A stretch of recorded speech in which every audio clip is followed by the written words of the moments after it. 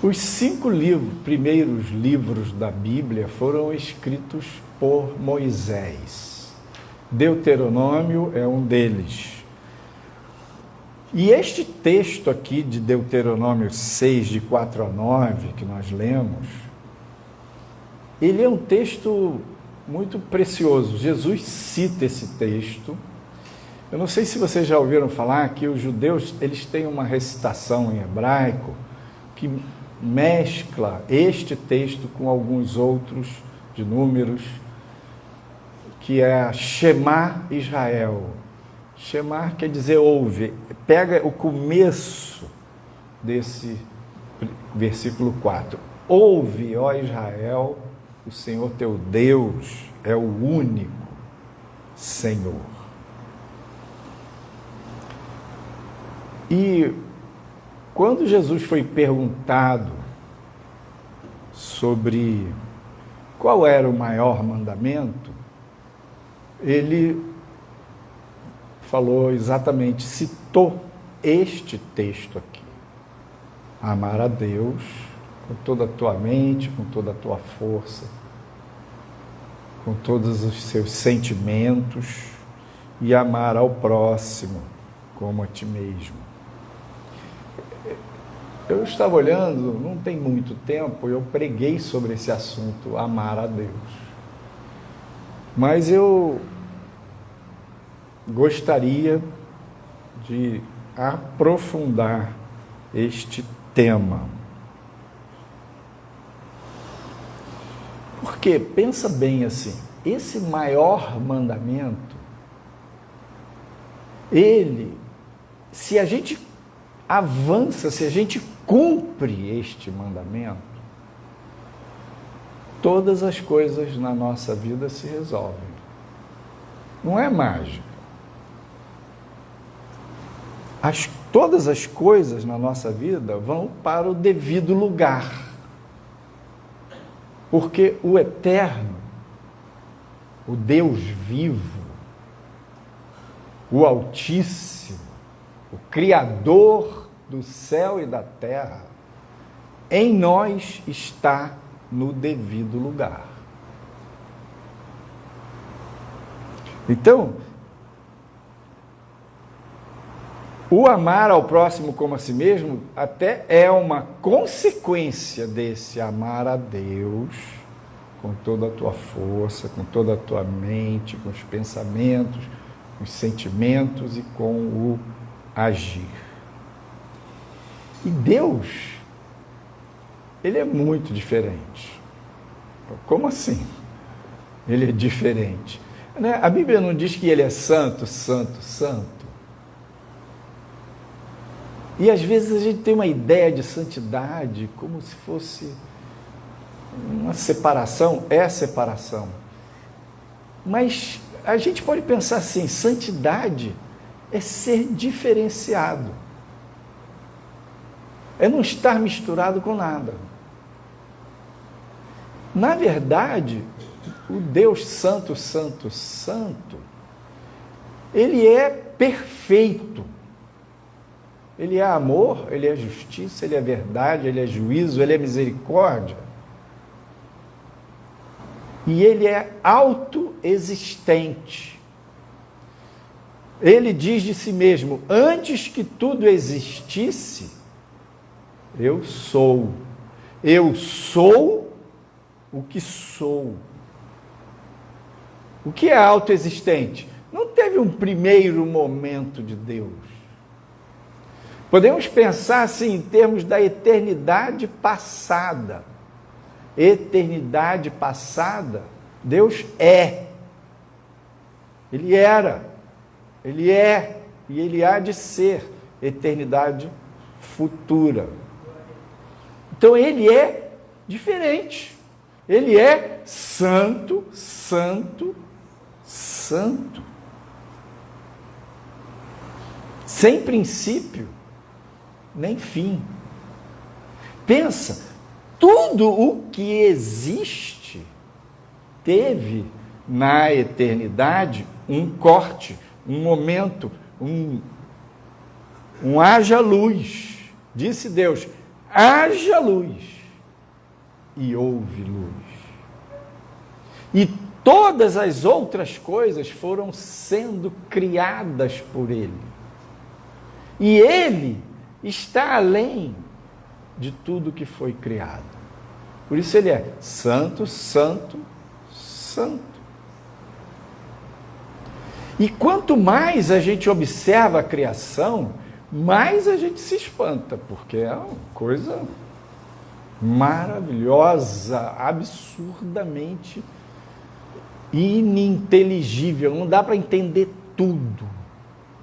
O universo, as estrelas, as galáxias, os quizares, sei lá. Quizar é o rei da... Essas manifestações do espaço, coisas gigantescas. E é muito, muito, muito impressionante, né? A forma da galáxia, aquela espiral, aí você vê na Terra aquela mesma forma. Certos animais, nas plantas. O macrocosmo, estrela 800 mil vezes maior do que o nosso Sol. Uma estrela é 800 mil vezes maior que o Sol. E o microcosmo, agora os cientistas começam a estudar o mundo quântico. Quantas é uma medida subatômica. Os caras diziam assim, não, a menor partícula existente é o átomo. Não, agora eles estudam o subatômico, menor do que o átomo. E é impressionante, porque o mundo subatômico, o mundo quântico, parece com o mundo do espaço. E tudo está em harmonia. Tudo fala com tudo. Então, o nosso Deus é santo, santo, santo. Ele é tremendo.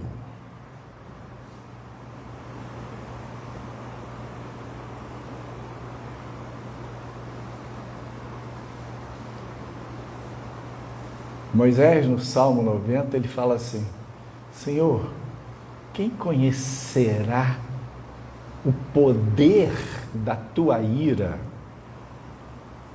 a ponto de te honrar como é devido, de te temer, de te respeitar de acordo com a tua grandeza? Deus é tremendo. Ele é o grande eu sou, o Emanuel. Olha que maravilha. Emanuel quer dizer Deus conosco. Então, o Eterno, o Altíssimo, o Elohim, Criador de todas as coisas, o Todo-Poderoso, se fez carne e habitou entre nós. E Ele, na manifestação do seu Filho, na sua encarnação, tornou-se o Emanuel, Deus conosco. Já falei há poucos, este ano, um cientista, os caras conseguiram mapear o código genético humano e organizou isso tudo com computador, né, memória gigante do computador, conseguiram mapear o código genético. E um cientista desse nível aí de estudo do código genético, ele prestou atenção e observou que no código genético humano tem uma sequência de números que de tempos em tempos ela aparece, aquela mesma sequência. É 10, 5, 6, 5. Aí vai. aparece de novo aquele 10, 5, 6, 5. E o cara ficou intrigado com aquilo. Começou a ver o que é isso, como assim, e teve a ideia de colocar as letras do hebraico, porque as letras do hebraico, elas têm um número. Então, elas são equivalentes a números. Então, ele pegou o número 10, botou a letra hebraica. Pegou o número 5, a outra letra hebraica.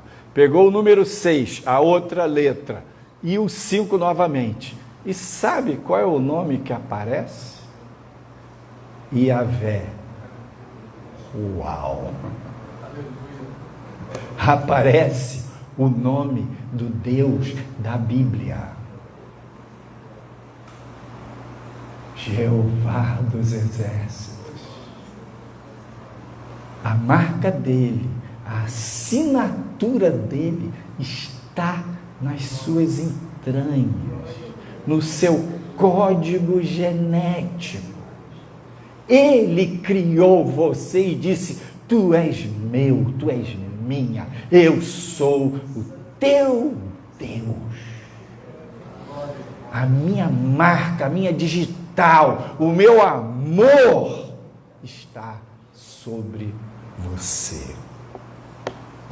Então, a Bíblia nos ensina que amar a este Deus é a coisa mais importante na nossa existência. Não significa que a gente aperta o botão da indiferença e não liga para mais nada. Não. Mas significa que a gente vai aprender a entronizar Deus na nossa vida pessoal. Já falei para vocês, né? Antes do pecado, Deus criou o homem para se relacionar com ele. Então, o homem veio de Deus, ele tem a origem dele em Deus. E Deus o criou para quê? Para adorá-lo.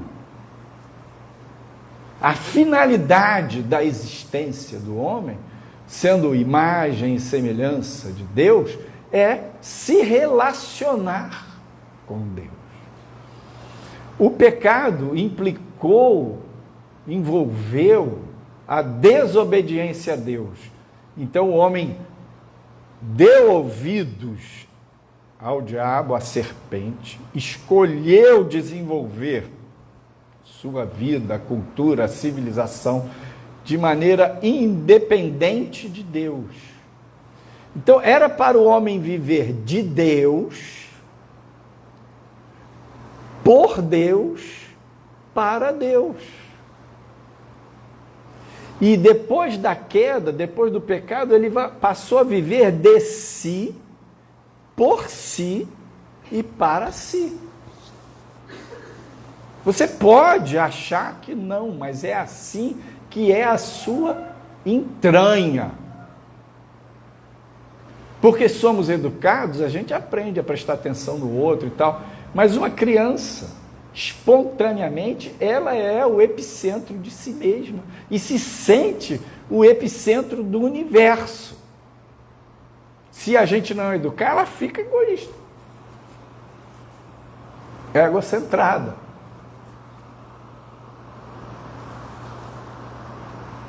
Então, quando a Bíblia diz: ame a Deus com todo o teu coração, com todo o teu pensamento, com todas as tuas forças, quer dizer, cultive esse relacionamento. Imagina um triângulo, e neste triângulo você tem a escala de valores. Na base do triângulo você tem um grande número de valores de menor grau de importância, e na medida que você vai subindo no triângulo, você tem valores de maior grau de importância. Todos nós temos esta escala de valores. Você tem um monte de coisa na sua vida que é um valor seu, é importante para você, mas tem uma importância menor. Vou usar a coisa material para a gente ter uma analogia, uma concretude maior. Você tem um monte de coisa que não vale muito. Você tem um chinelinho, porque você gosta daquele chinelinho, mas é um chinelinho já usado. Você tem uma bijuteria, você tem um chaveirinho, tem coisa lá guardada lá na sua casa, um monte de coisa, um monte. Então você é sua, então é um valor seu, é uma coisa que está na base do triângulo. Mas na medida que vai subindo no triângulo, vai diminuindo o número de valores e vai ganhando maior grau de importância. De modo que no topo do triângulo tem só um valor, o valor máximo da sua vida. Então vamos chamar esse valor máximo de mestre-valor. É o valor total, é o valor referência. Depois da queda, o homem devia viver de Deus, por Deus, para Deus, passou a viver de si, por si, para si. Então, lá no topo do triângulo da nossa escala de valores está o eu. Você nasceu assim. Esta é a nossa condição.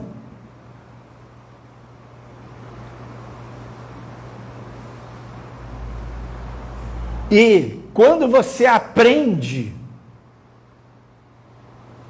a amar a Deus, se voltar para Deus, cultivar um relacionamento com Deus, o que você vai aprender? A tirar o eu desse lugar de mestre e valor e colocar o Senhor. Toda a caminhada na vida cristã se trata disso.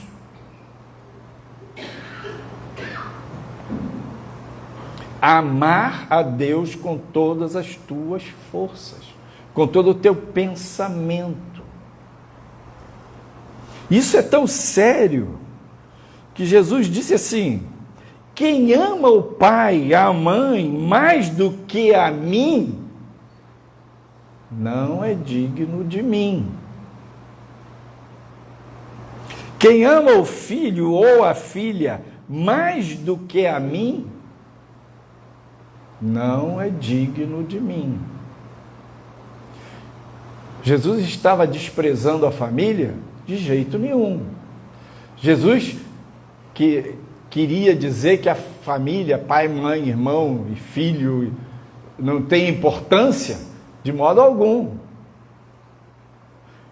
Ele estava comparando. Quem ama o pai, a mãe, o filho, mais do que a mim, ou seja, muitas vezes, nesse topo do triângulo, o seu eu está lá disfarçado do seu filho, do seu marido, da sua esposa, do seu pai, da sua mãe. Lá no topo do mestre-valor, onde o Senhor deveria estar, está alguém. Está alguma coisa, está um sonho, está um projeto, está um vínculo que você tem. E isso é a nossa miséria. Por quê? Porque a gente vai morrer. Porque o outro não consegue preencher o que cabe a Deus preencher na sua vida. As coisas não dão conta de emprestar valor e significado à sua existência, como Deus dá conta. Então, qualquer coisa que esteja no lugar de mestre e valor na sua vida, eu vou falar uma coisa, você pode não achar muito bonitinho, gostar muito, mas é uma idolatria. Muitos pensam que idolatria é quando a pessoa cria um ídolo, uma estátua, adora aquela estátua, faz pedido e oração. Um carro pode ser um ídolo. Dinheiro na conta pode ser um ídolo. O prazer. O cara vive só para aquela rotina dele, que ele ama aquilo e ninguém se meta naquele roteirinho dele. Muitos ídolos. Conhecimento, poder, status, poder político, muitas coisas ocupam na mente e no coração humano este lugar de mestre valor.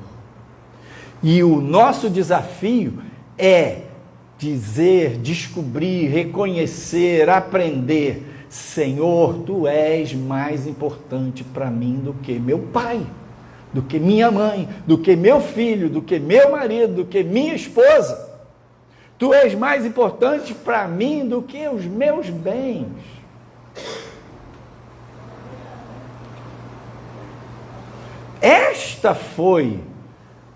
Este foi o grande desafio e o grande aprendizado de Jó.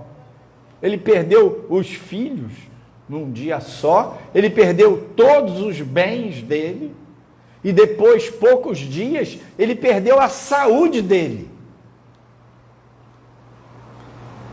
Ele ficou abalado, ele ficou muito sofrido, indignado, se questionando, mas ele não perdeu a fé dele em Deus. E ele disse: eu sei que o meu Redentor vive, e ainda na minha carne eu verei a Deus. No meio daquele tamanho sofrimento e perdas tão extremas, Jó falou: ainda que ele me mate, nele confiarei. Então Deus estava neste lugar de mestre valor na vida de Jó. Talvez tenha entrado neste lugar. Deus estava bem lá em cima, na escala de valores de Jó, mas algumas outras coisas poderiam estar ali competindo com o trono do coração de Jó. Mas aquela hora ele falou: eu vou confiar nele, ainda que ele me mate. Creio eu, a mesma coisa aconteceu com Abraão com relação a Isaque, o filho da promessa. Nasceu quando ele tinha 100 anos, e Abraão esperou tanto, e veio, e o Senhor cumpriu a promessa. E agora Isaque já era um rapazola.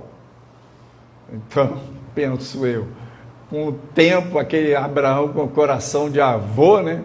Isaque foi subindo no status lá, e o trono do coração de Abraão, o mestre valor, tinha lá um concorrente com o Eterno, Isaque.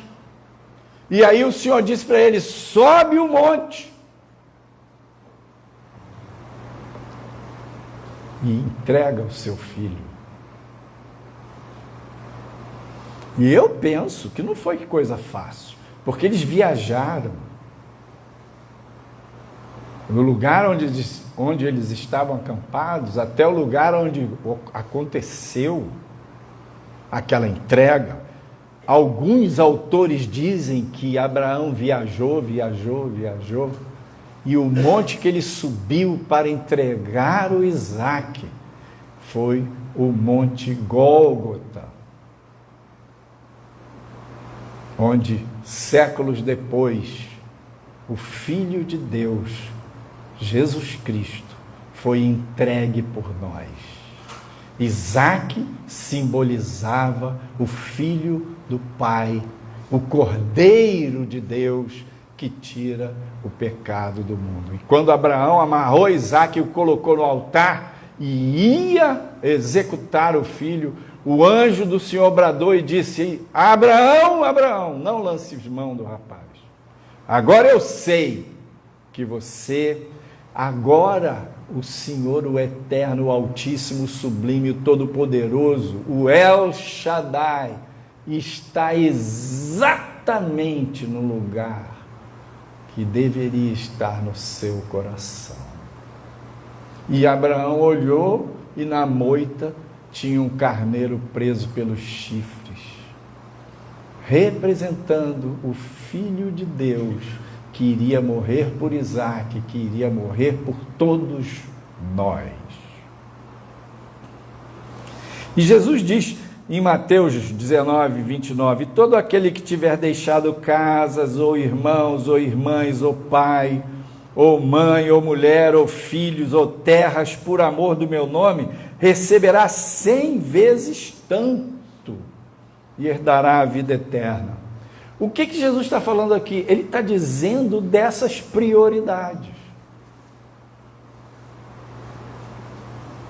Ele não está mandando todos nós aqui largarmos nossa casa, nossa família, nosso trabalho, nossos bens, nossa profissão e ir para um lugar para servir. Não é isso. Ele está dizendo que se você coloca Deus como o Senhor da sua vida e está aprendendo a amá-lo com toda a tua força, com todo o teu pensamento, vai chegar uma hora que aqueles objetos, e pensa que objeto não é só coisa, pessoas também, aqueles objetos que estão lá no mestre valor, no trono do seu coração, serão questionados em algum momento. Aquela prioridade suprema será checada na sua vida. E se você é discípulo de Jesus, você quer aprender. E eu, quando pensava nesse assunto, há um tempo atrás,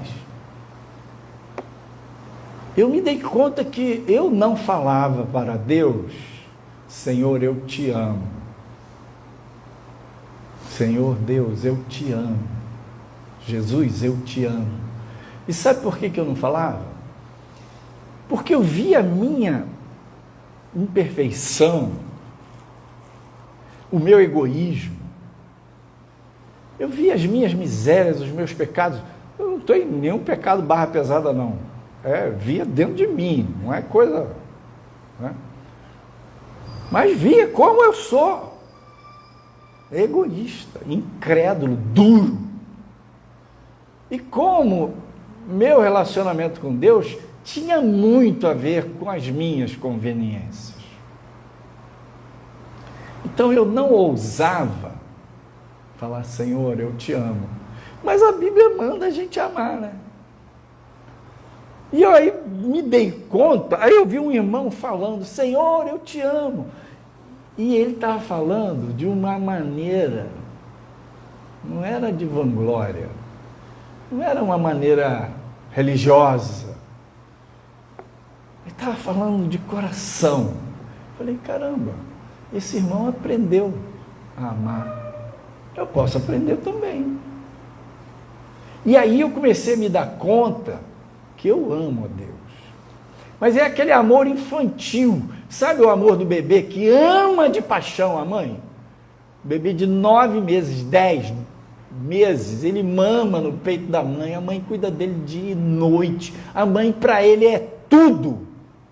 É aquele amor infantil ligado à necessidade. Aquele bebê necessita totalmente da sua mãe. E eu aí me dei conta que eu posso aprender esse amor, desenvolver esse amor, e como um bebê eu careço totalmente de Deus. E às vezes a gente pisa na bola, peca, né? E a comunhão, não sei se vocês percebem isso, mas eu, por exemplo, tenho uma percepção da presença de Deus na minha vida todos os dias. Todos os dias eu oro, todos os dias eu busco, todos os dias eu leio a Bíblia. Todos os dias eu sinto a presença de Deus. Então, quando eu não sinto, eu fico órfão. Eu passo aflito. Porque eu não estou sentindo aquela conexão. Então eu percebi, uau, como eu careço de Deus. Como eu necessito. Eu já tive vezes que eu estava em processo de arrependimento, confessando meus pecados, que eu falei, caramba, viver longe de Deus, sem comunhão com Ele, numa condição irreconciliável, é o fim. Não resta mais nada. Sabe aquele povo no deserto? Não vai mais entrar em Canaã e vai ficar rodando no deserto. Eu falei, Deus, eu de jeito nenhum isso aconteça comigo. Pavor de me afastar de Ti. Então, queridos, eu me dei conta que eu amo, mas é esse amor muito ligado à minha necessidade. E aí, tenho aprendido a falar, Senhor Jesus, eu te amo. Senhor Deus, eu te amo. Tu és o meu papai. Tu és o meu pai amado. Espírito Santo, eu te amo. Meu Deus, eu te adoro. Já ouviu a frase? Tem gente que fala assim, eu adoro aquele doce, baba de moça. Eu adoro carne seca, eu adoro uma picanha, eu adoro passear de bicicleta. E tem gente que diz, esse verbo aí, adorar, usa só para adorar a Deus. Por quê? Eu adoro quer dizer, aquilo na minha vida é o topo, é o mestre valor. E qual deve ser o mestre valor na nossa vida? Senão o Senhor. Então use esse verbo para Ele, que seja da sua relação com Ele, em vez de você dizer, eu adoro cocada, eu adoro feijoada. Não, você não adora, eu gosto muito de cocada, de feijoada, de o que for. Mas eu adoro ao Eterno, o Altíssimo, o Todo-Poderoso, o Criador do céu e da terra, aquele que é santo, santo, santo. Eu te adoro, Senhor. Eu te amo, Jesus. Eu te exalto, Senhor Deus. Eu te louvo, Senhor. E isso é o maior mandamento. Dele, por Ele, para Ele. A gente está voltado não de uma forma fanática, porque Ele é maravilhoso, Ele é amoroso, Ele é generoso. Ele quer que você viva a vida bem, que você curta todas as boas coisas que Ele lhe dá. É maravilhoso adorar, amar a Deus sobre todas as coisas, com toda a nossa força, porque Deus é bom. Porque Ele é generoso, Ele é doador, Ele não é egocêntrico, que quer fechar a sua vida, não, pelo contrário. Quanto mais você o ama ou adora, mais Ele abençoa você, mais Ele ativa os seus dons, mais Ele realiza, manifesta, libera os propósitos dEle na sua vida. E você vai se tornando bênção, instrumento, vaso de honra. E aí sua vida ganha um brilho, um sabor, um tempero maravilhoso. Então, queridos,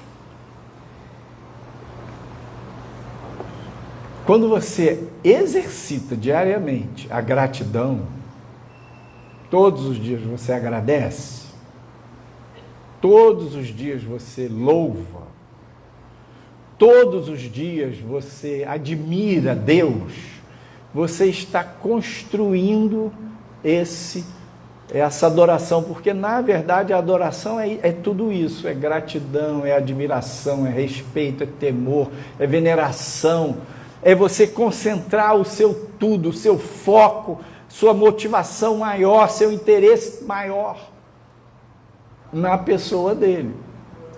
E se você aprende a adorar a Deus, a amar a Deus, você vai aprender a amar o seu próximo como a ti mesmo.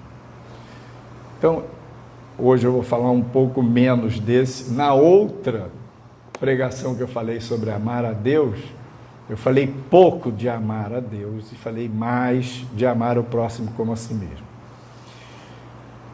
O amar o próximo como a si mesmo, Jesus diz que é semelhante a amar a Deus. Por quê? O próximo é uma criatura de Deus, é um filho de Deus, é uma filha de Deus e é uma pessoa importante. Quando você ama, quando você faz o bem a esse próximo, agrada a Deus, abençoa o próximo. Aqui eu queria enfatizar um detalhe nessa fala de Jesus, que ele diz assim: semelhantemente, ama o teu próximo como a ti mesmo.